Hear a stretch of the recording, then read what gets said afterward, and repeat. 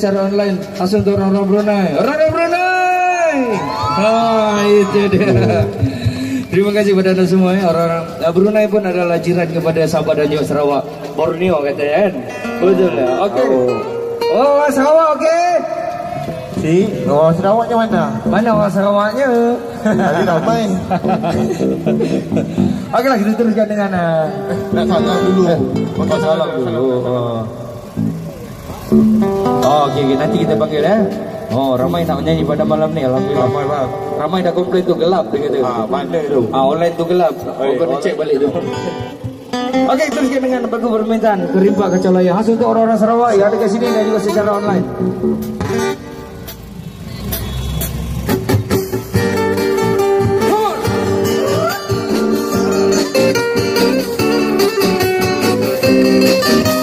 Like banyak sikit orang Sarawak.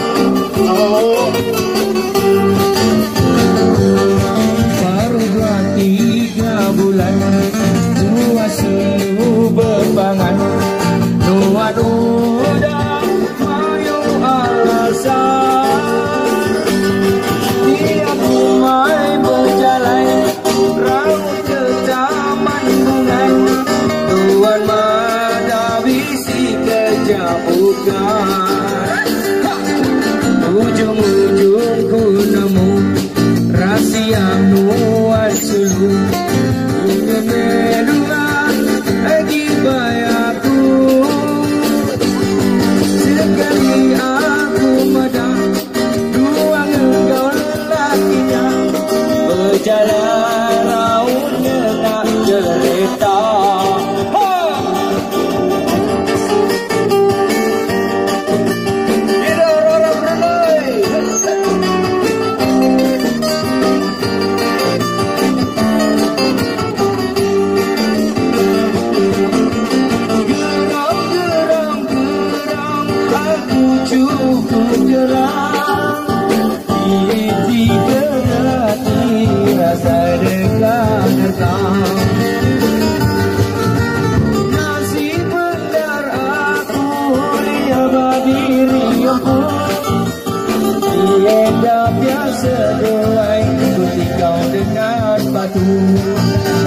Mama Medaya, I don't know what to do. Sungguh ini saya berduaan aku. Sampai kunuan intan berbata dan mengaduan kerimpak kaca loyang.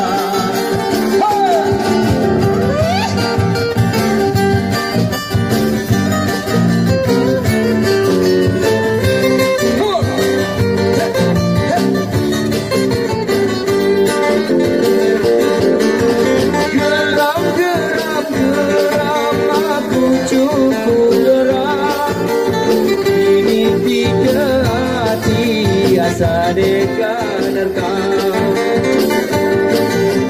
Nasib benar aku ulinya berdiri empu Tidak biasa duai Tuti kau dengan batu Nama Medaya I don't know what to do Sulut ini saya Berduaan aku Baik kuduan intan bermata Segala menyaruan kerimpak kaca loyang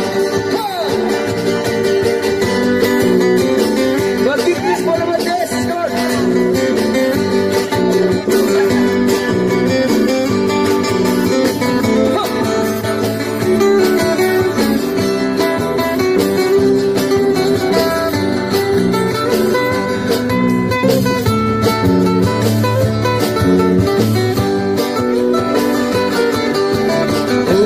Semantan, Pulau Sumatera, Gunung Selindung di kota Jawa. Tak alai aku, puling hati padamu, berada kucau lelengau seribu guna. Agunda